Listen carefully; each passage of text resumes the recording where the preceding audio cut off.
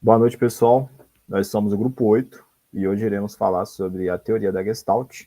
Nosso grupo é formado por mim, Clion, Lucas Viol e Lucas Alcântara. A palavra Gestalt, ela vem do alemão e significa forma ou configuração. A teoria da Gestalt, ela nos ensina que não percebemos o mundo como uma coleção de elementos isolados, mas sim como um todo organizado e que tem algum sentido, né?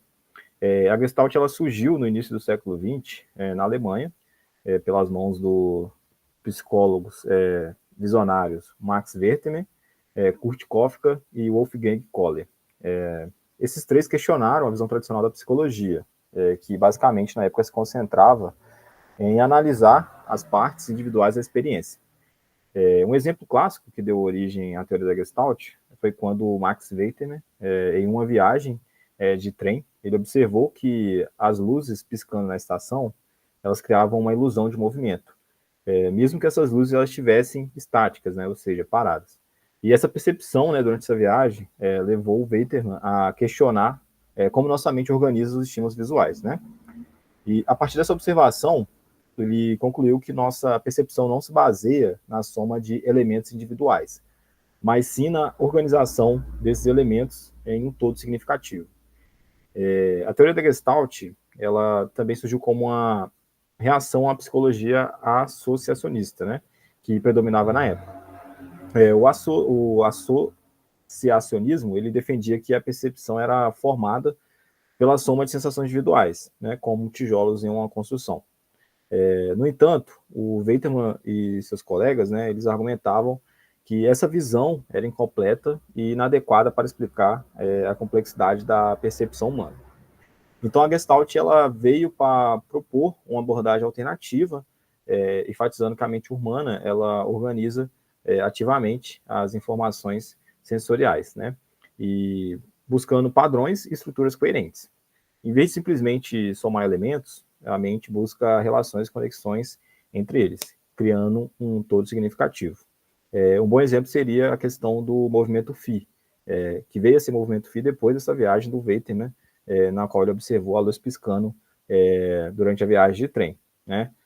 Por mais que o objeto ele é estático, a luz ela é estática, a nossa mente ela consegue associar um movimento, né, a essa luz.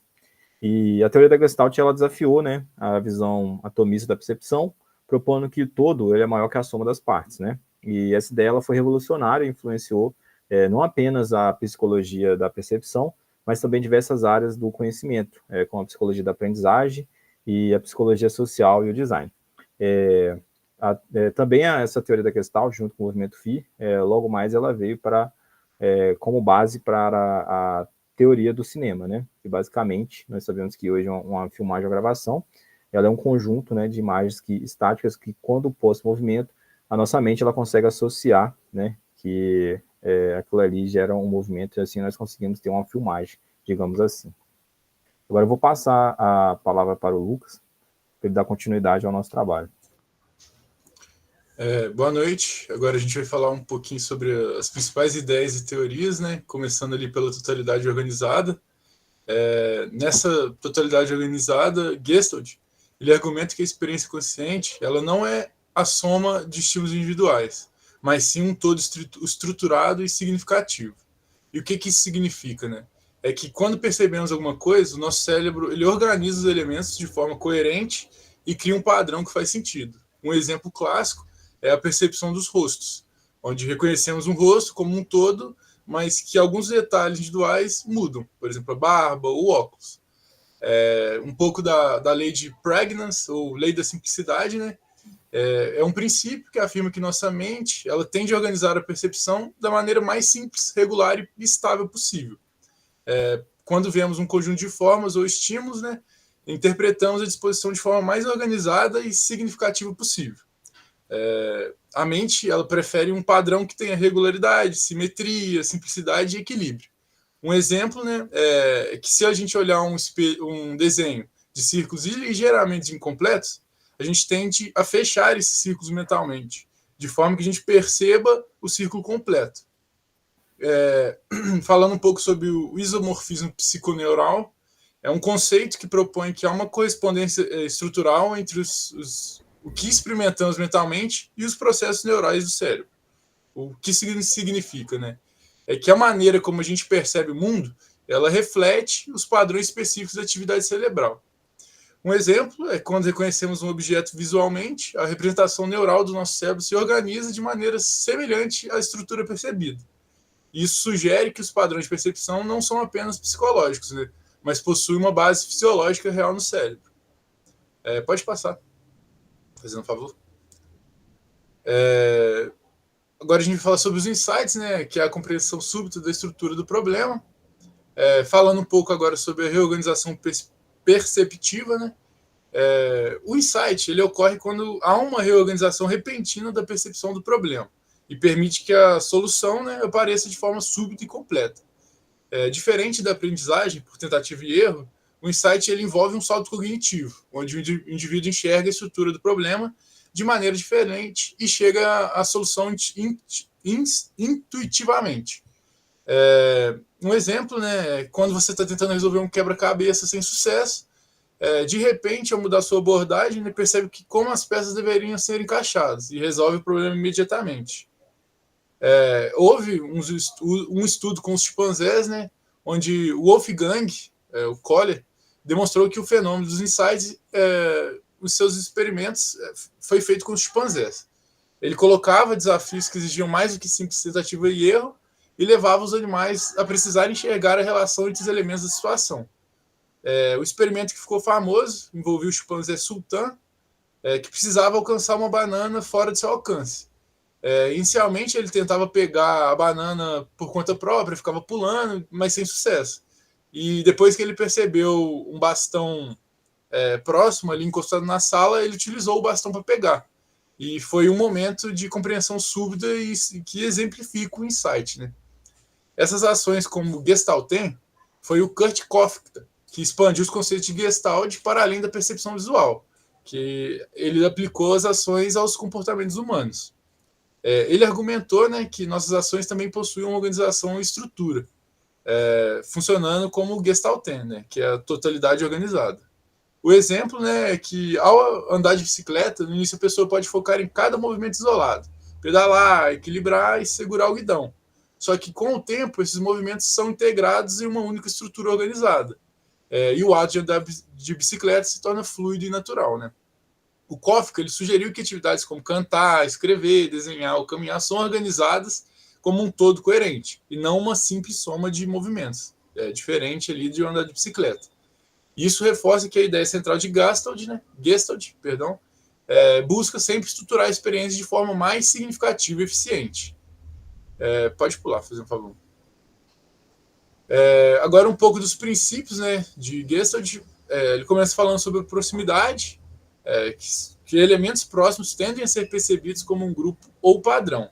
Por exemplo, em um conjunto de pontos, aqueles que estão mais próximos uns dos outros são vistos como pertencentes à mesma unidade.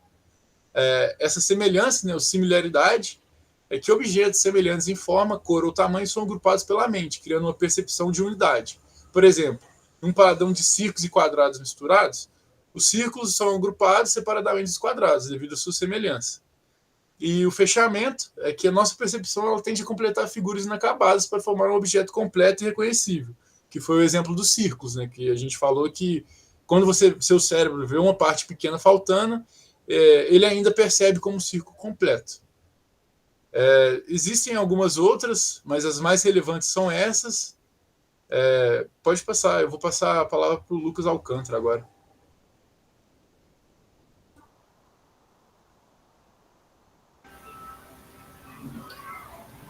Boa noite, pessoal. Agora eu vou falar sobre os principais pensadores, os arquitetos da teoria de Gestalt.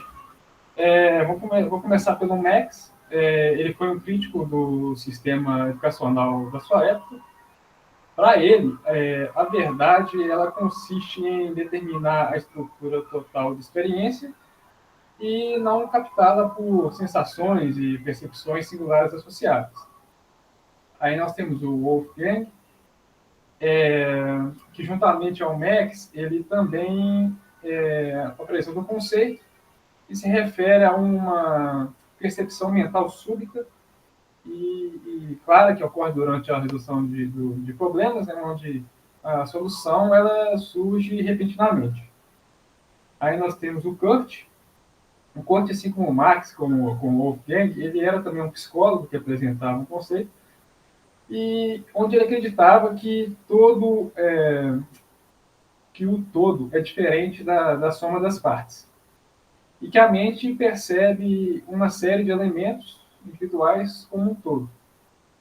Aí pode passar, por favor. Aí agora eu vou falar sobre os antecedentes filosóficos, raízes na totalidade de organização. Bom, isso é uma abordagem que revolucionou a psicologia da percepção, né? Antes do surgimento de Gestalt, diversos pensadores já discutiam ideias fundamentais sobre essa organização e em relação entre todas as partes, né? Um exemplo é o Aristóteles. Ele foi um dos primeiros a destacar essa ideia, né, de que o todo é maior que a soma das duas partes, que é diferente da ideia do Kurt. Ele enfaticava que a forma total de um objeto tem um significado que vai além, né, da simples junção dos seus componentes. Aí nós temos também o Christian, em que ele argumentava que certas propriedades perceptivas não podem ser explicadas apenas pelos elementos individuais, mas sim pela organização que emerge deles. Um exemplo que é interessante é que a gente pode reconhecer uma música mesmo se for tocada em tonalidades diferentes. Porque nós percebemos a estrutura geral da melodia e não apenas as notas.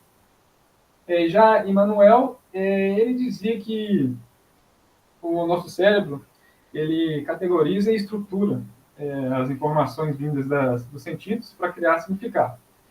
E isso, de certa forma, também eu creio que já teve uma grande influência, né? Já que os psicólogos de Gestalt, eles acreditavam que a percepção não é apenas um reflexo do mundo externo, né? Mas sim um processo de organização interna da mente.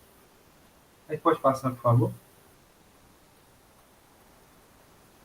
Agora eu vou falar sobre críticas à teoria de Gestalt, desafios e limitações. Bom, mesmo que essa abordagem desse assunto ela tenha trazido contribuições valiosas, né, para o estudo da percepção, ela também apresenta limitações, né, que precisam ser consideradas.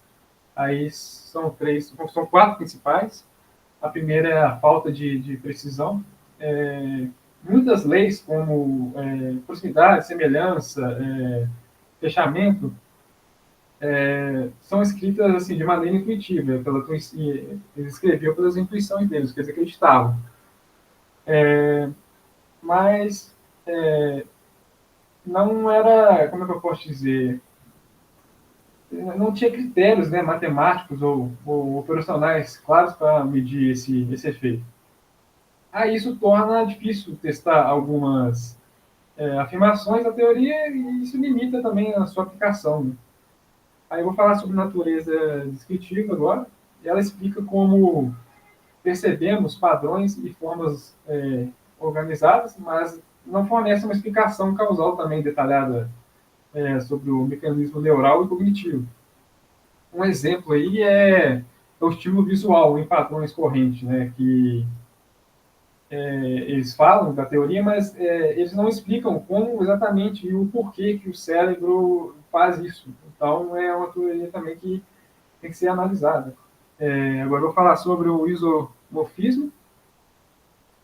Eles falam que se tem uma correspondência direta entre a organização perceptual e processos cerebrais.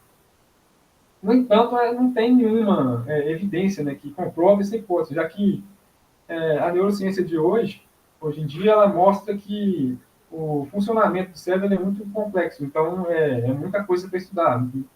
Essa teoria também não se aplica.